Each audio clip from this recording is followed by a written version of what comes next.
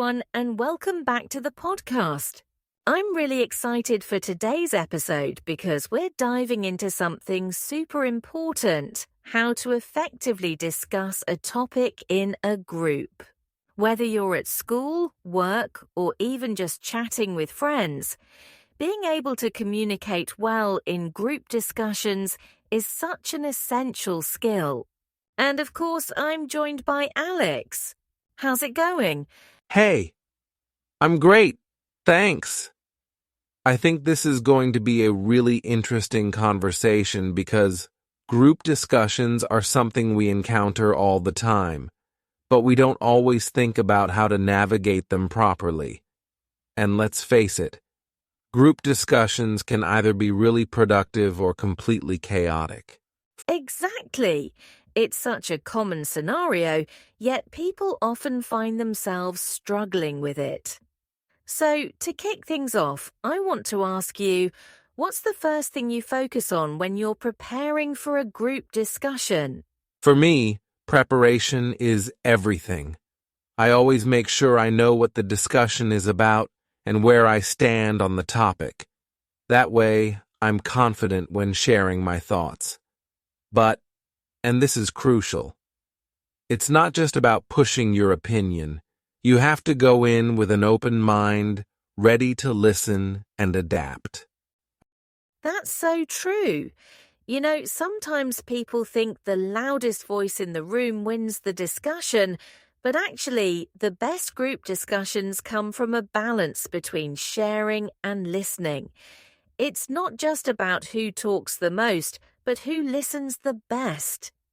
Do you ever find it hard to listen in discussions, especially when you've got something to say? I think we've all been there, right? You're just waiting for your chance to speak. But I've learned over time that if you focus too much on what you're going to say next, you miss out on valuable insights from others. Active listening is a game changer.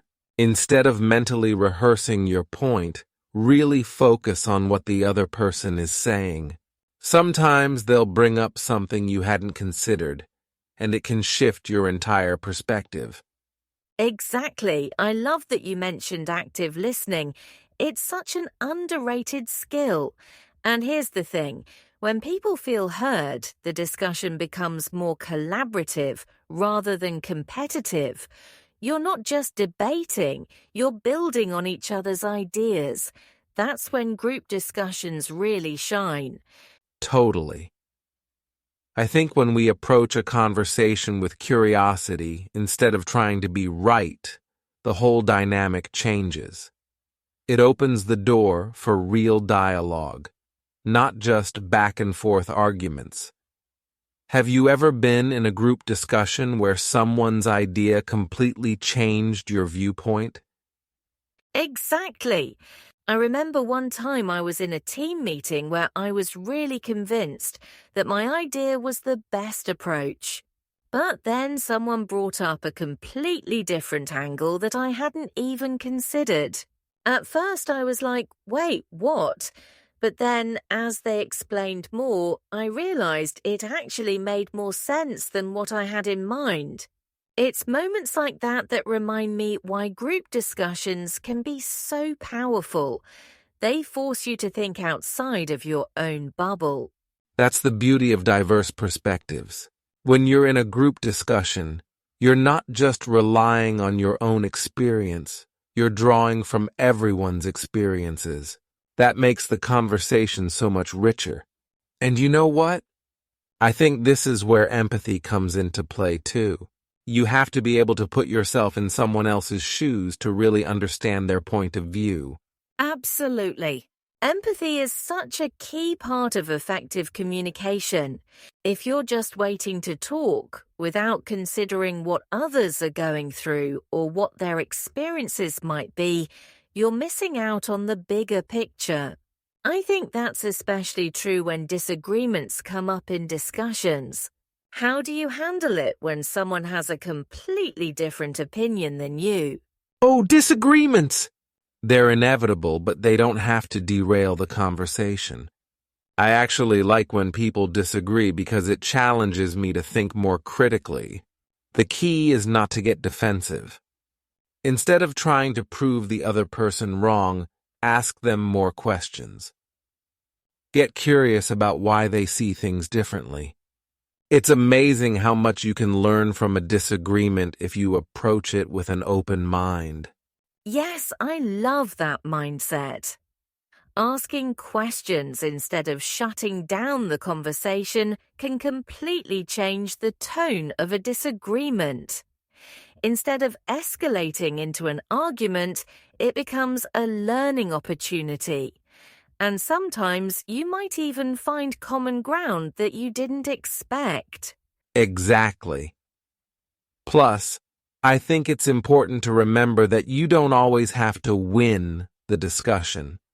Sometimes, the goal should just be to understand where others are coming from. You might leave the discussion with a new perspective, even if you don't fully agree. Totally agree. And speaking of common ground, let's talk about facilitating group discussions. Do you think having a designated leader or facilitator is always necessary, or can discussions flow naturally without one? It depends on the group, I think. In more formal settings, like a work meeting or a classroom, a facilitator is really helpful. They can guide the conversation, make sure everyone has a chance to speak, and keep things on track. But in more casual settings, sometimes the discussion flows better when it's more organic. Still, it doesn't hurt to have someone who can gently steer the conversation if it starts to go off the rails. That's a great point. Sometimes discussions can go off on wild tangents, which can be fun, but also you don't want to lose sight of the main topic. Having someone there to bring it back when necessary is super helpful. Yeah, and it doesn't have to be rigid. It's more about making sure that everyone gets a chance to contribute and that the conversation stays productive. Have you ever been in a group where one person just dominates the whole conversation? Oh, yes. It's so frustrating when one person talks over everyone else. It really kills the group dynamic because it discourages quieter people from sharing. I think that's another reason why having a facilitator, or at least some ground rules, is important.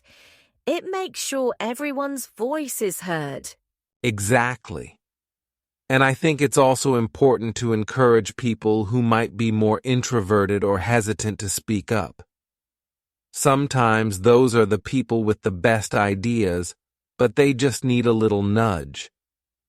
Do you have any tips for getting quieter members of the group to join the conversation?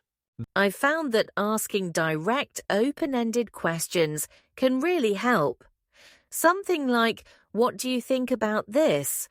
Or, "I'd love to hear your perspective on that." It takes the pressure off them to jump into the conversation and gives them an opening to share their thoughts without feeling put on the spot. That's a great strategy. I think creating a supportive environment is key. If people feel like their contributions are valued, they're more likely to speak up. And that goes back to what we were saying earlier about listening. It's all connected. Absolutely. Group discussions are so much more than just talking. They're about creating a space where everyone feels comfortable and heard. When you get that balance right, the conversation flows and amazing ideas can emerge. And that brings us to the last point, summarizing the discussion. How do you like to wrap up a group discussion? I think it's really important to have a clear summary at the end. Even just a quick recap of the main points can help solidify what's been discussed. It also gives people a chance to clarify anything they might have missed or misunderstood. Plus, it's a great way to make sure everyone's on the same page moving forward. Yes. Summarizing is such a simple step, but it makes a huge difference in making sure everyone leaves the conversation with a clear understanding of what was accomplished. It's like tying everything together in a neat